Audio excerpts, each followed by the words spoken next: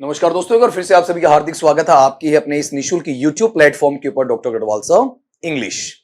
जैसा कि मैंने कहा था कि कमिट किया था कि डेली क्लासेस आएंगी, सुबह आ जाए शाम को आ जाए, तो आज की क्लास सुबह की बजाय शाम को लिस्ट हो गई। टाइम मॉर्निंग बेटा नहीं मिल पाया, लॉन्ग ड्राइविंग हो गई, इस वजह से वहां पर हम आपको टाइम नहीं दे पाए, लेकिन अब आपको इवनिंग में क्लास वहां पर मिलने जा रही है, ठीक है। और टिल द एग्जामिनेशन ये सारे क्वेश्चंस वहां पर आएंगे। अब बच्चों ने ये कहा कि सर अगर कोई टेस्ट सीरीज में गलतियां कर रहा है तो उनको हमने भेजा, तो आप उन क्वेश्चंस को अवॉइड भी कर दीजिएगा। बिल्कुल बेटा करूंगा, आपका जो आपके लिए इंपॉर्टेंट होगा उस पर मैं बात करूंगा।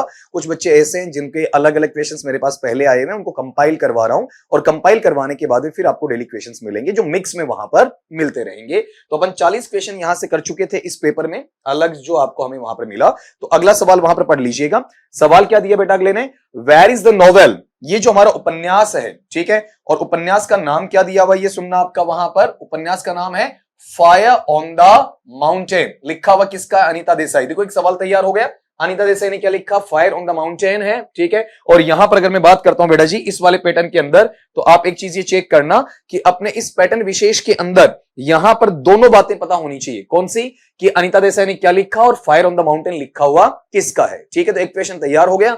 अब अगला ये पूछ रहा है कि इसका सेट, सेट का मतलब बेटा जी वहां पर क्या आपका टाइम एंड प्लेस है, ठीक है। टाइम एंड प्लेस का मतलब समझते हो, आपका समय और स्थान वाला हिस्सा है, ठीक है। तो ये जो चीज है तुम्हारे पास में तुम्हें पता होनी चाहिए बच्चा वहां पर। इसे अगर अपन पढ़ना चाहें तो इसे मैं बोल रहा हूं time and place. Time and place का मतलब क्या होता है बेटा जी, आपका वहां पर समय और स्थान वाला, उसे क्या कहा जाता है, सेट है, सेटिंग है, ऐसा वहां पर आपको उसे बोला जा सकता है, ठीक है।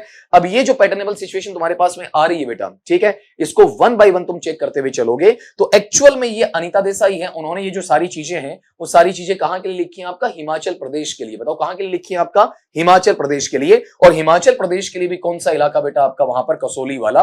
तो बाकी इतना टाइम अपने पास में नहीं रहेगा कि हम बहुत ज्यादा डिटेल इसके अंदर आपका ढूंढने चले जाएं, उनकी बात अपन वहां नहीं करेंगे। अगले क्वेश्चन पे आ जाएं, 42 वाला।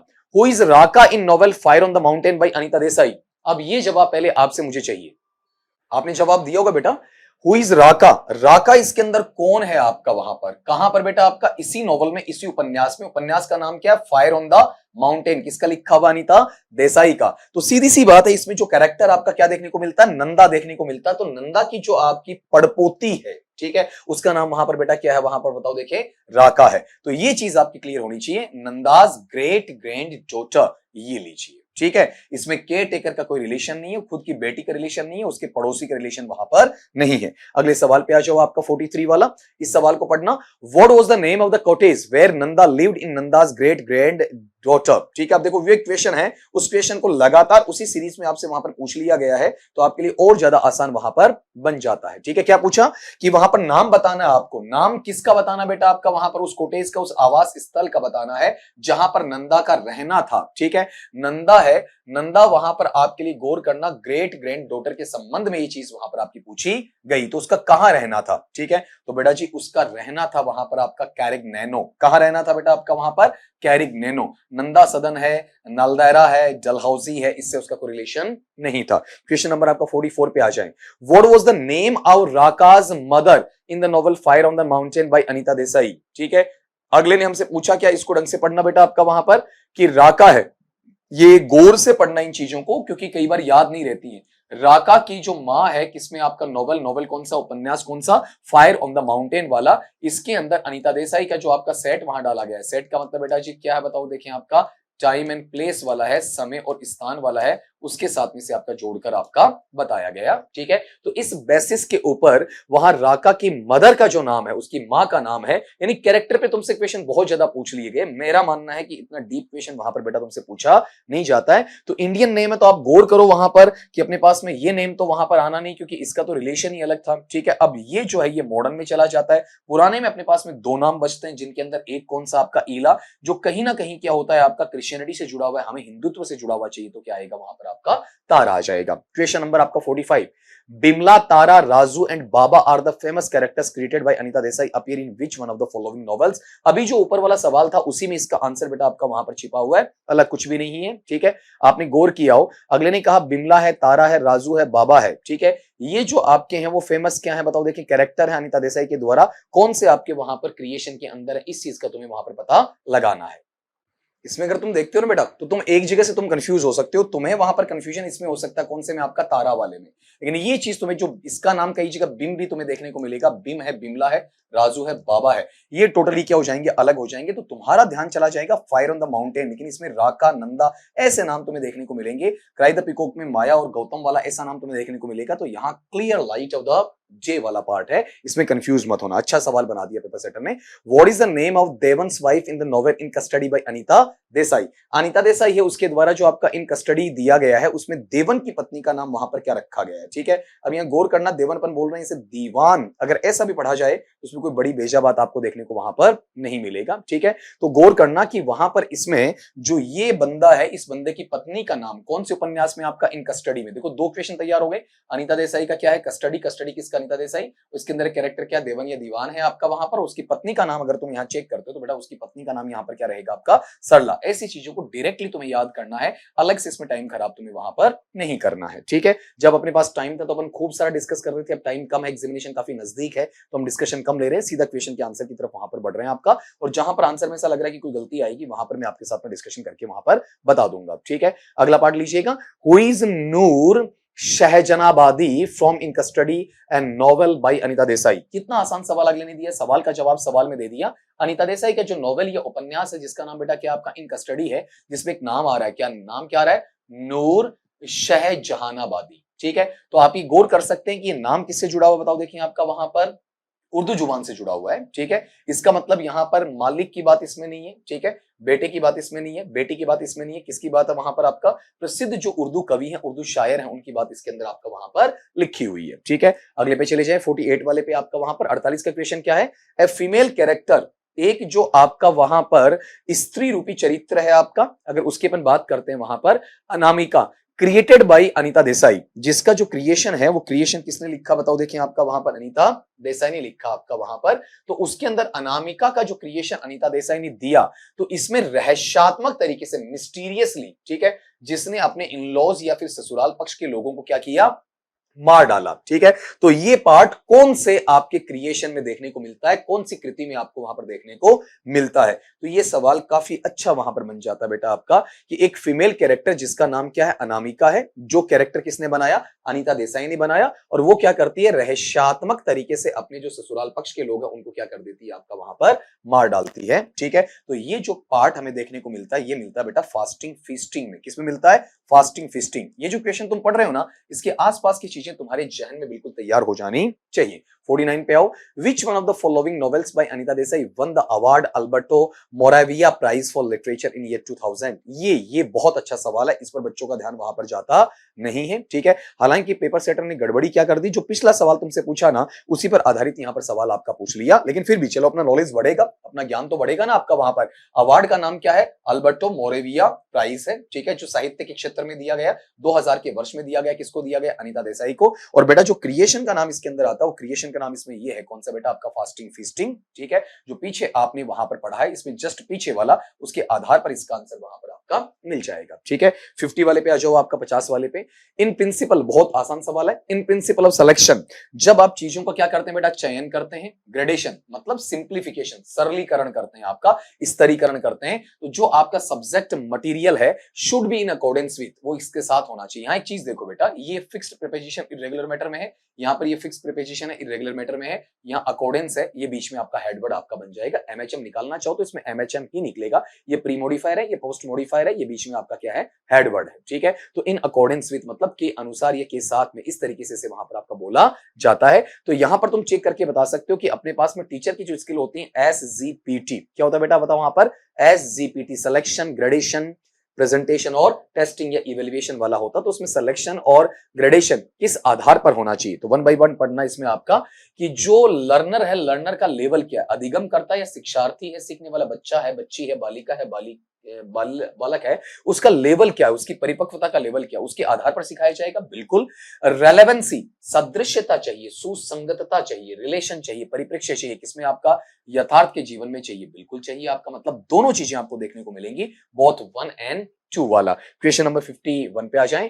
What does the criterion frequency refer to in principle of selection? जो आपका सिलेक्शन का प्रिंसिपल है या फिर चयन का जो सिद्धांत होता है उसकी बारंबारता वो किस चीज पर आपका आधारित रहती है, किस चीज पर आपका जुड़ी हुई रहती है। फ्रीक्वेंसी का मतलब कितनी बार आ रहा है, कितनी टाइम वो आ रहा है, वही तो फ्रीक्वेंसी होती है ना आपकी वहां पर। तो कितनी बार के लिए अगर तुम इसमें पढ़ोगे तो ये देखो क्या है, how often it can be repeated, इसे कितनी बार आपका दोहराया जा सकता है। ठीक है भाई, फ्रीक्वेंसी का मतलब बारंबार रिपीट किया जाना आपका।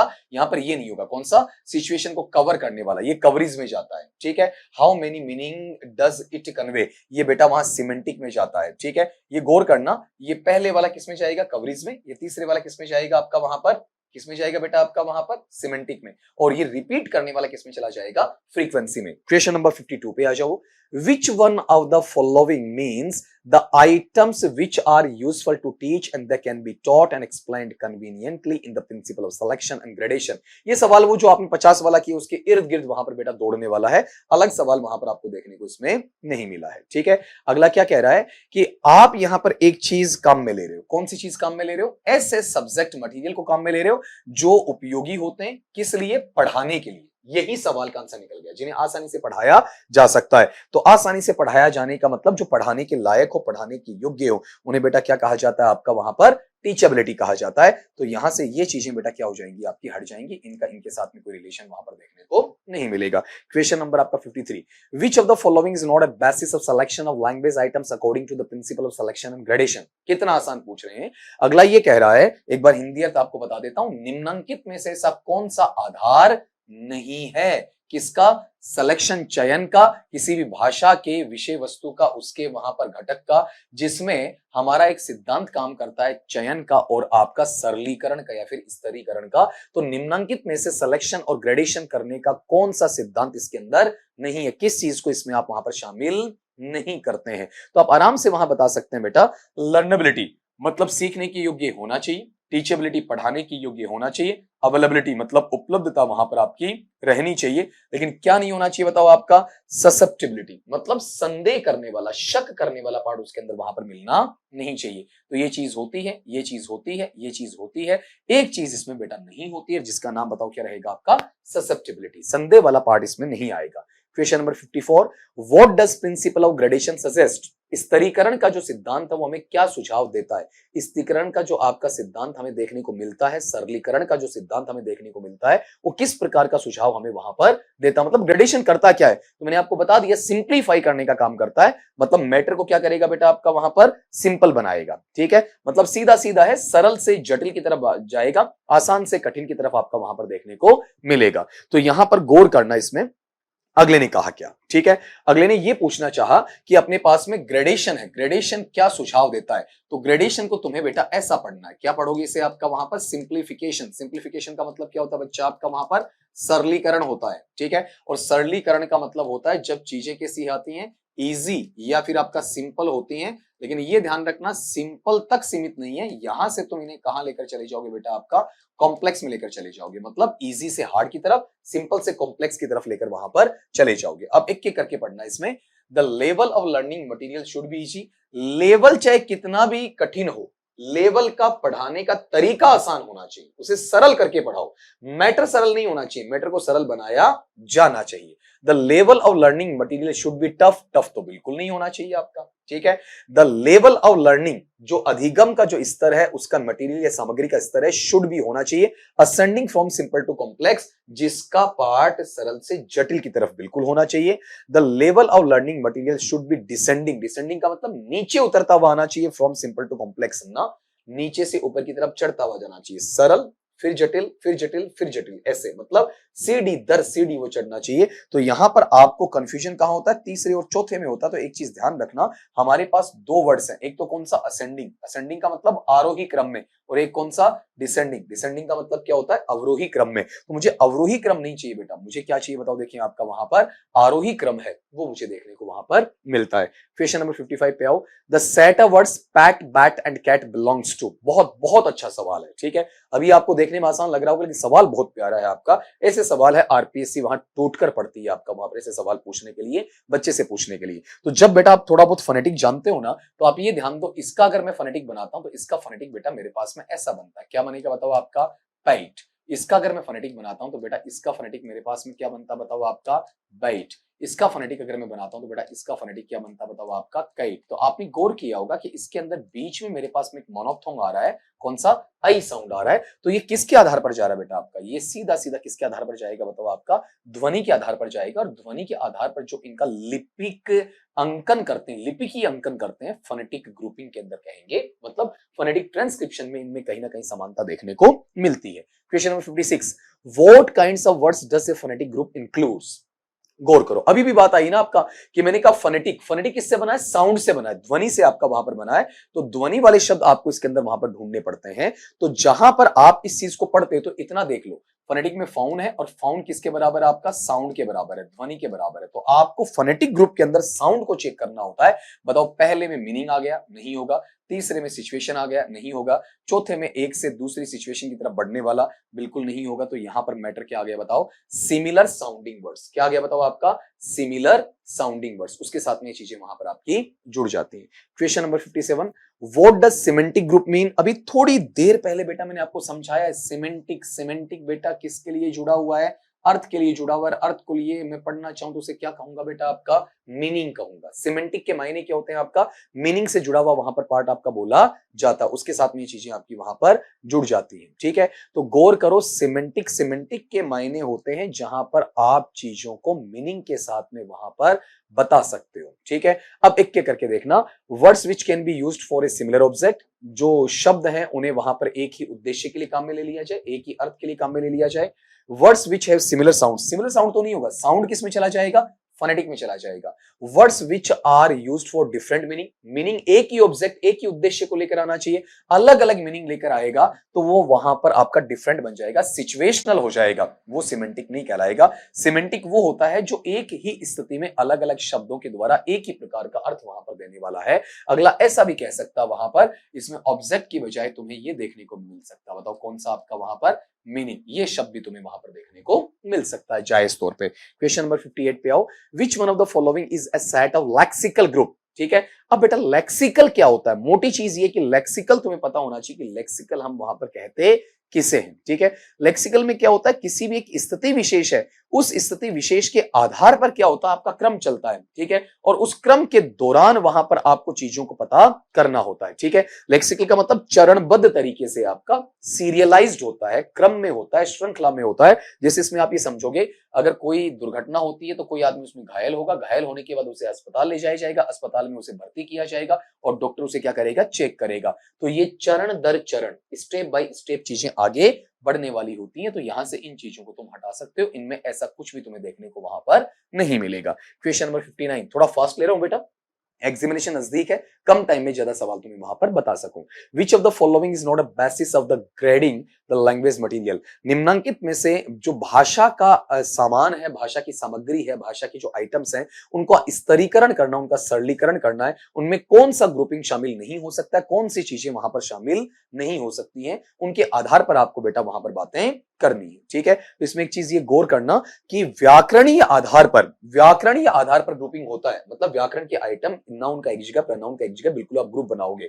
स्ट्रक्चर का भी ग्रुप बनाओगे, सब्जेक्ट वर्ब ऑब्जेक्ट वाला ऐसा बनाओगे। सिमेंटिक मीनिंग का भी ग्रुप बनाओगे। लेकिन यहां पर बेटा लर्नर का ग्रुप नहीं बनेगा। ऐसा नहीं कि इन लर्नर को तो सिखा दें और इन लर्नर को वहां पर नहीं सिखाएं। तो ये तीनों ग्रुपिंग मौजूद होते हैं, ग्रामेटिकल होता है, स्ट्रक्चरल होता है, सिमेंटिक होता है, इसके अलावा सिंटैक्टिकल होता है, फोनेटिकल होता है, लेकिन ये लर्नर का ग्रुपिंग वहां पर नहीं होता। तो आज का एक सवाल अपन और करते हैं, विच of the following is not true about the principle of gradation. आपके ग्रेडेशन, स्तरीकरण या सरलीकरण का जो आपका सिद्धांत है, उनके बारे में कौन सा सत्य वहां पर नहीं है, कौन सा सच वहां पर नहीं है, कौन सी चीज को इसके अंदर अपन शामिल वहां पर नहीं कर सकते हैं। तो बेटा जी इसके अंदर एक चीज ये देखना कि अपन किसको शामिल कर सकते हैं। स्तरीकरण में क्या होता है, सिंपल से कॉम्प्लेक्स जाते हो, सरल से जटिल बिल्कुल जाते हो।